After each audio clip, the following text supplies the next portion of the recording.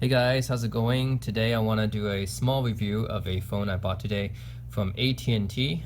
This is to replace my main phone. Some of you guys may have watched my previous videos and know that I'm currently using, as of January 2017, a Kyocera Duraforce as my main phone. And this phone, I like it a lot. It's really small, it's durable, it's water resistant, and yeah, portable, easy to carry around. I don't really have much major issue with it, besides the fact that sometimes it does get a little bit slow. The battery drains a little bit fast. I think it's because of the age of this phone. So I just went to AT&T. I have the AT&T Next plan, and I was eligible for an upgrade. So I just said, well, why not? I'll just get an upgrade to the Kyocera Duraforce Pro, which was released just last year. So this one is actually 3 years old now. I guess this was released in 2014. And the Duraforce Pro, this one is released just a few months ago. I think in August 2016. That's last year. So yeah, this one is obviously it's larger.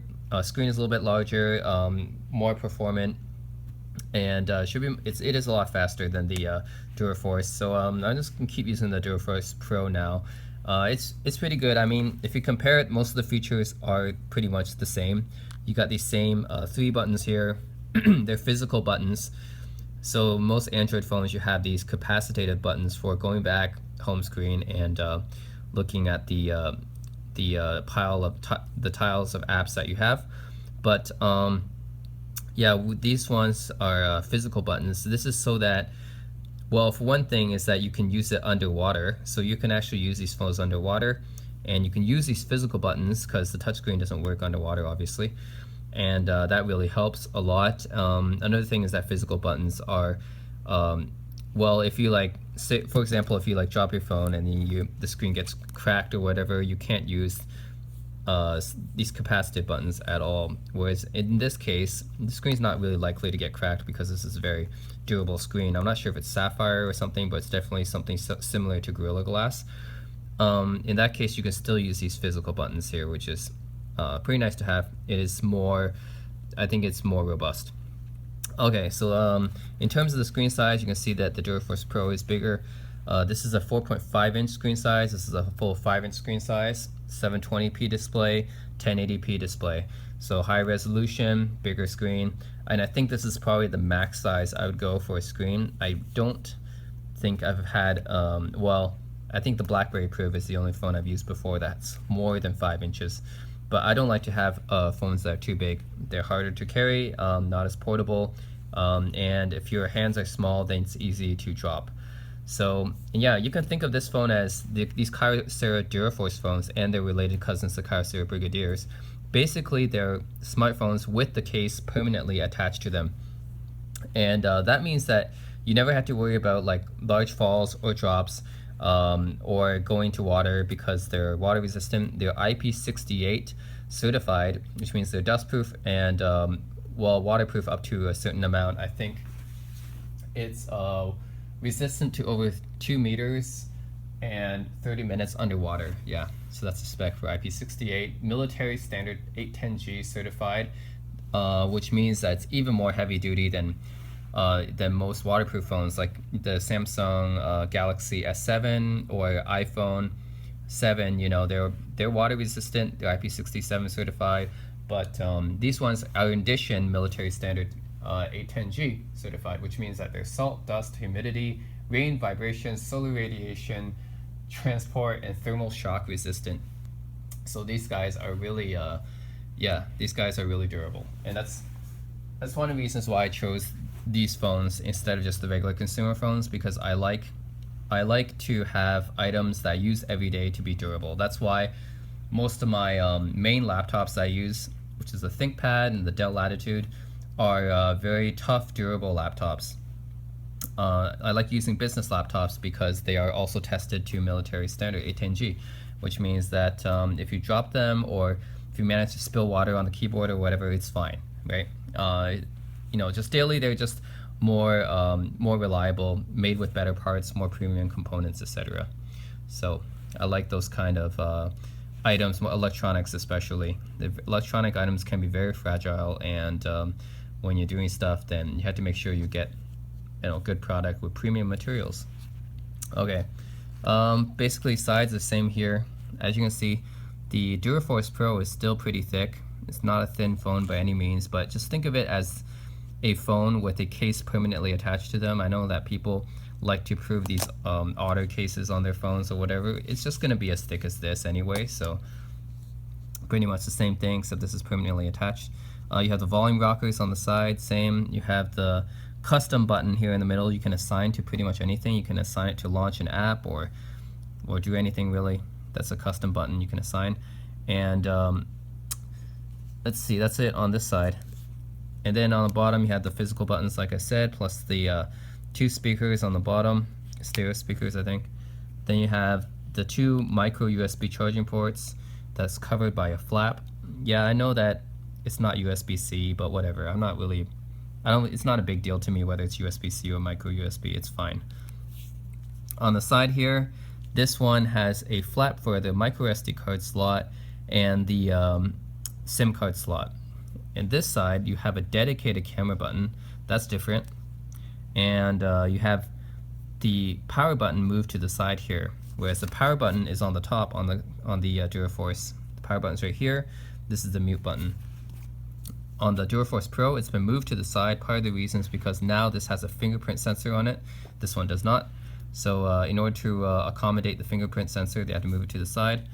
And on top you have headphone jack, just like on the Duraforce, and the mute buttons up here. And the micro, you might be wondering where the SIM card slot for this is in the micro SD card slot. Well, you have to take off the back cover of this in order to access it, but it's basically if you take it off, it's right here. That's what this bulge is for, which you take off the back cover, and there is a micro SD card slot and a SIM card slot there. So there it is. It's more protected in this phone because the back cover is harder to take off than this flap here, which I like. And other than that, the other thing you notice is on the back, you have 2 cameras here. 1 camera on the Duraforce, 2 cameras on the Pro.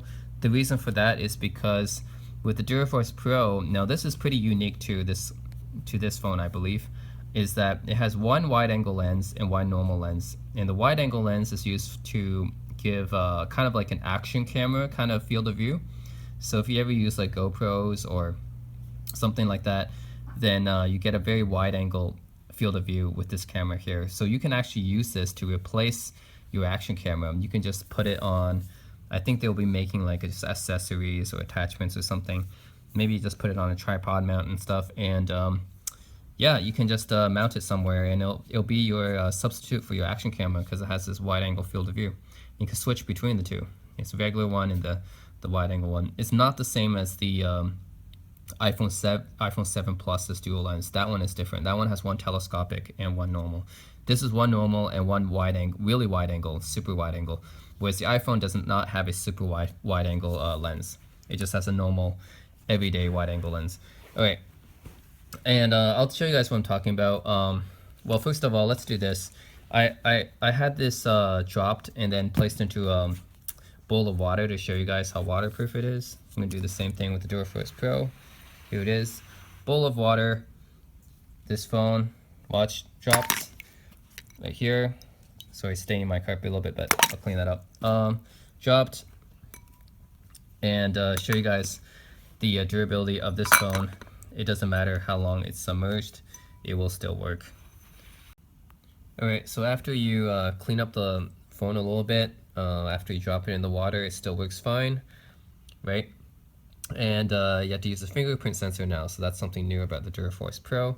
So I'll just put my mirror here, it logs in fine, and this is Android 6.0 Marshmallow. It's definitely an upgrade from the Android 4.4 KitKat that was on the Duraforce, so I'm happy about that. I can get all the latest apps and stuff. It's running really fast. I mean, I can run through the specs for a little bit for you guys. It's 2 gigs of RAM. It's got a Snapdragon 617 and Adreno 405 as the GPU. It's a quad-core processor, and 32 gigs of storage.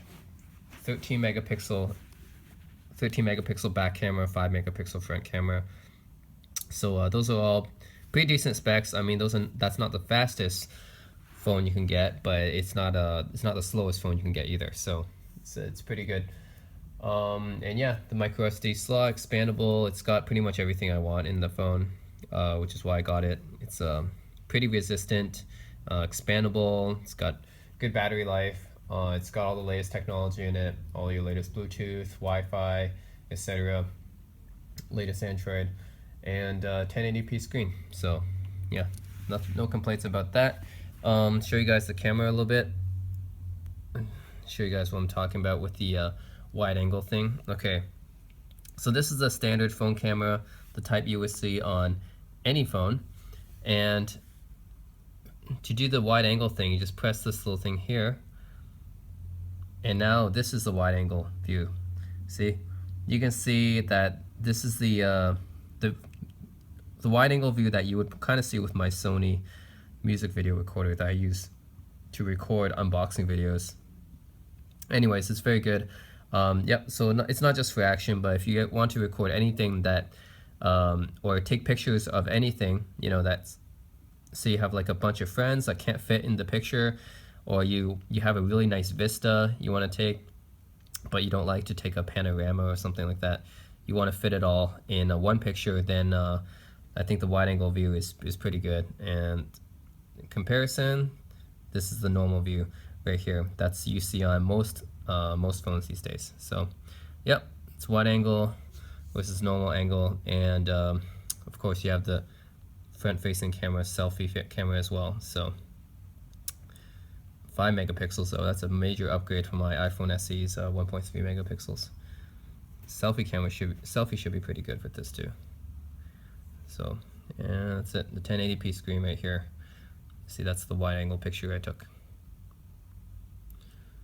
And that's it. That's the Kyocera or Kyocera. Don't know exactly what pronunciation you guys like best, but yeah, Kyocera Duraforce Pro. It's gonna be my main phone from now on. And that's it. Thanks for watching, and comment if you have any comments, and yeah, subscribe if you like my videos. That's it.